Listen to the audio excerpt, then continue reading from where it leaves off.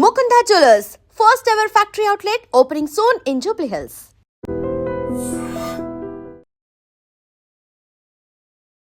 నువ్వు ఇష్టం వచ్చినట్టు మాట్లాడి మగవాళ్ళకి అవకాశం ఇచ్చి నన్ను అక్కలాగా చూడాలి చెల్లెలాగా చూడమంటే నువ్వు సగం సగం బట్టలు వేసుకుంటే వాడికి అక్కలాగా చెల్లెలాగా ఎందుకు కనిపిస్తావు? కామాంధ్రలా కామ పిచాచిలాగానే కనిపిస్తావు. మరి ఇలాంటి బట్టలు వేసుకొని ఇలాంటివి చేసుకొని స్వేచ్ఛను ఎట్లా అంటావు? గిరేకి శివాజీ తమ్ముడు నీ సమాధానం చెప్పిండు. అనసూయ అని పేరు పెట్లా, నువ్వు ఊరికొచ్చినావు కాబట్టి మేము నీ గురించి మాట్లాడుతున్నాం. సారీ కూడా చెప్పిండు.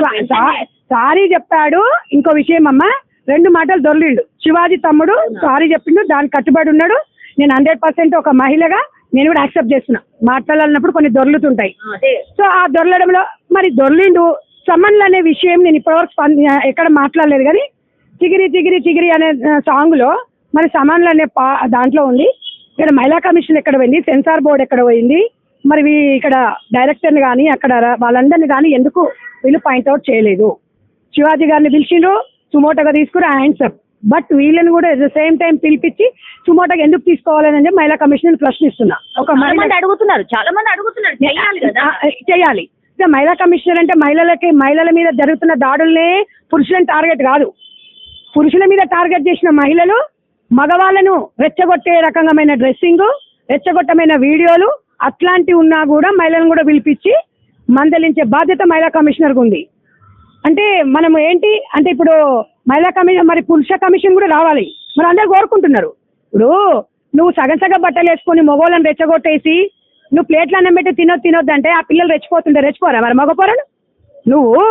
నువ్వు అనుకుంటావమ్మా నాకు నా మొగడే చూడాలి అనుకున్నప్పుడు నీ అందాన్ని నీ మొగడు చూడాలనుకుని నీ 4 గోడల బదులు నీ స్వేచ్ఛ, నీ వ్యక్తిగతం. అది బజార్లకు వచ్చి 10 మందిని ఆగం చేస్తున్నావు అంటే మాత్రం అది ఎవరు ఊరుకోరు. నెటిజన్స్ కూడా పూర్తిగా శివాజీ గారి వైపే ఉన్నారు. అంటే శివాజీ గారు ఒక అన్నగా, ఒక తమ్మునిగా, ఒక తండ్రిగా చెప్పిండు.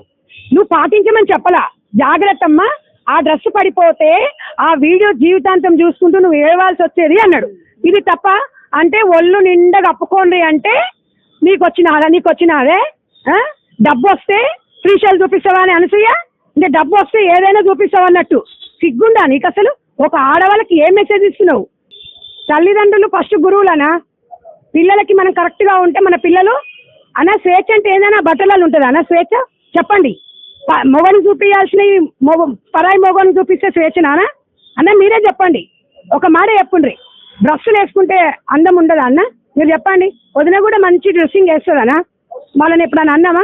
అన్న మీరు ఏదేమన్నా కానన్నా మీరు మాత్రము ఈ వ్యాఖ్యలు చేయడం నేను తీవ్రంగా ఖండిస్తున్న. ఒక ఫౌండేషన్ ఆర్గనైజేషన్ చైర్మన్గా, ఒక మహిళా సంఘాలతో అనుబంధంగా, మహిళలతో మమేకమైన వ్యక్తిని, మహిళల మనోభావాలను అర్థం చేసుకున్న వ్యక్తిని దయచేసి మీరు మాట్లాడిన మాటలు ఉపసంహరించుకోవాలి.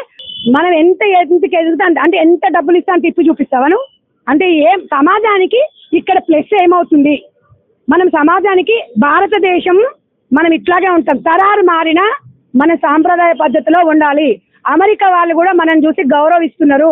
అమెరికన్స్ మనం అమెరికా పోతే మీరు ఇండియనా అండి అని అడుగుతున్నారు. అంటే మన చీరకున్న విలువ అట్లాంటిది. నీలాగా బికినీలు వేసుకొని గాడిలాగా తిరిగితే అందరు కూడా అంటారు. అందరు ఇట్లనే అనేసి అప్పుడు వచ్చి నిన్ను హాయ్ డార్లింగ్ అంటారు ప్రతి ఒక్కడు. బట్టలను బట్టే విలువ ఉంటుంది. అది నేర్చుకో ఫస్ట్ నువ్వు. నేను నీకు ఒక అక్కలాగా చెప్తున్నా. నువ్వు ఎవరి మీద పడతావు వాళ్ళ మీద కాదు. నీ ఇష్టం ఉంటే నీ మొగం దగ్గర చూపించుకో. బయటకు వచ్చి వ్యక్తిగతం ఏంది? నువ్వు ఎవరితోనైనా మాట్లాడు. నీ కాళ్ళ మీద నువ్వు నిలబడు. నువ్వు బిజినెస్ చేయి. నువ్వు ఏది సాధించాలో సాధించు. మగవాళ్ళకి సమానంగా ఉండు. అది వ్యక్తిగా అది నీకు స్వేచ్ఛ. కానీ బట్టలు ఎట్లా పట్టుకొని అట్లా బజార్లకు వస్తాయి, చింపుతారు. ఉట్టికి కాదు తోడ తీస్తారు. సమాజంలో బతకొద్దు అనుకుంటే అడవిలో బతుకు. మనం అందరము పరన్న జీవులమా సంఘ జీవులమా నువ్వు నిర్ణయించుకో. అంతేగాని ఇవాళ మహిళా సంఘాలకు విలువ ఇప్పుడు అడుగుతున్నారు మగవాళ్ళు. మరి బట్టలు ఇట్లా వేసుకొని తిరుగుతుంటే మమ్మల్ని రెచ్చగొట్ట మేము రెచ్చిపోమంటే రెచ్చిపోతారు. మరి మగపోళ్ళు ఎందుకు రెచ్చిపోరు?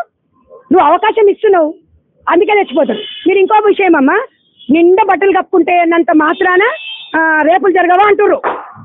అంటే వీడు ఫుల్గా కిక్కుతో నుండి చూపించి బాగానే పోతుంది బాడీగార్డ్లను వేసుకొని. వాడు మైకం నిండి ఉంటాడు. వాడు ఏం చేయాలి అప్పుడు ఎవరో ఒకరి మీద ఇలాంటి అగత్యాలు జరుగుతాయి. ఎవరిచ్చింది ఇక్కడ అవకాశం? నిన్నెవడేం చేయడే, నువ్వు రెచ్చగొడతావు మొగోళ్ళను. నేను మాత్రం చెప్తున్నా, ఇలాంటివి మనము ఆడపిల్లలను ఎంత ఎత్తు ఎదుగుతా అంత ఎత్తుకు మనం అంత ఒదిగి ఉండాలి. డబ్బులు వస్తున్నాయి అని చెప్పేసి ఒళ్ళు చూపిస్తా అంటే సెన్సార్ బోర్డు, మరి ఇవాళ సెన్సార్ బోర్డుని కూడా మనం ప్రశ్నించాలి. కొన్ని అవధులు ఉంటాయి, మహిళా కమిషనరు అవధులు, మీరు ఇలాంటివన్నీ సుమోటోగా తీసుకోవాలి. ఇన్స్టాగ్రామ్ లో, ఫేస్బుక్ లలో పెట్టే అడ్డమైన కామెంట్స్ ని కూడా మీరు సుమోటోగా తీసుకోవాలి. ఆడపిల్ల అంటే ఆట వస్తువు కాదు. ఎవరన్నా ఆడపిల్ల జోలికి వచ్చినా, ఎవరైనా సరే, ఏ లాంగ్వేజ్ అయినా, ఒక ఉన్నతమైన వ్యక్తి స్థానంలో ఉన్నంత వాళ్ళను అన్పార్లమెంటరీ లాంగ్వేజ్ మాట్లాడినా కూడా మీరు సుమోటోగా తీసుకోవాలి. శ్రీ చైతన్య నారాయణ కాలేజీలు కాదు అక్క, మహిళల మీద జరుగుతున్నాయి. మన ఉప్పల్లో కానీ, ఇక్కడ మన గట్కేసర్లో కానీ భర్తను చంపిన ఆడోళ్ళు వాళ్ళని కూడా పిలిపియాలి. మగవాళ్ళకు కూడా మనం మహిళా కమిషనర్ అంటే ఏందో మన గౌరవం పెరిగేలాగా చేయాలి. కానీ మేము డిమాండ్ చేస్తున్నాం, మాలాంటి స్వచ్ఛంద సంస్థలను మీరు హెల్ప్ తీసుకోండి, మేము డెఫినెట్ గా మీకు హెల్ప్ చేస్తాము. మీరు ఎందుకంటే మహిళా కమిషనర్ గా మీ మెంబర్స్ ఎవరో వాళ్ళ పేరు కూడా బయట పెట్టండి. ఎందుకంటే మహిళా కమిషన్ మెంబర్స్ ఉంటారు, వాళ్ళ బాధ్యత ఏందనేది 10 మందికి తెలియజేయండి. ఒక ప్రెస్ మీట్ పెట్టండి, మీ నెంబర్లు ఇవ్వండి, అందుబాటులో ఉండేలా చూసుకోండి. మీ దగ్గర 1000 కేసులు ఉన్నాయి, ఆ పెండింగ్ లోనే ఆ కేసును కూడా ఒక లోక్ అదాలత్ లాగా అది సాల్వ్ చేసేసేయండి, క్లియర్ చేసేసి అందుబాటులో హెల్ప్ లైన్ నెంబర్ ఎప్పుడు చూసినా అది కాల్ వెయిటింగ్ వస్తుంది, దాని మీద రెస్పాండ్ అవ్వరు.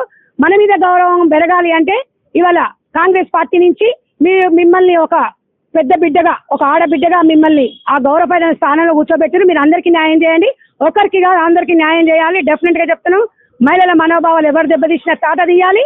అట్ ద సేమ్ టైం ఆడవాళ్ళు కూడా మగవాళ్ళను హింసించి మగవాళ్ళను కూడా రెచ్చగొడితే మాత్రం దాంట్లో కూడా తాట తీయాలి. Thank you.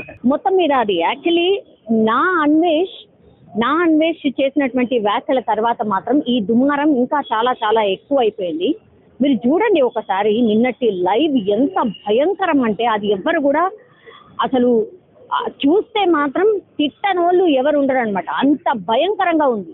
ఏందది, ఎందుకు అట్లాంటి పిచ్చి పిచ్చి మాటలు, ఎందుకు ఆ రెచ్చగొట్టేలాగా ఇంకా కావాలని దాన్ని ఏదో చెయ్యాలి, నేనేదో గ్రేట్ గా మాట్లాడుతున్నాని ఆయననే ఫీల్ అయిపోయి ఎందుకు ఇంత రచ్చ క్రియేట్ చేయడానికి రీజన్ ఏంటి అనేది కూడా క్వశ్చన్ చేయాల్సిందే. నా అన్వేష్ బెట్టింగ్ యాప్ గురించి మాట్లాడినప్పుడు ఎంత పాజిటివ్ రెస్పాన్స్ వచ్చిందో నా అన్వేష్కి, ఆ తర్వాత మాత్రం ఈ రోజు ఈ ఇష్యూలో ఆయన మాట్లాడిన మాటలు, ఆయన చూపించిన విధానం కానీ ఎంత భయంకరం అంటే ఆయన మాట్లాడే విధానం, ఆయన చూపించినటువంటి విధానం మాత్రం ఎవరైనా ఖండించక మానరు.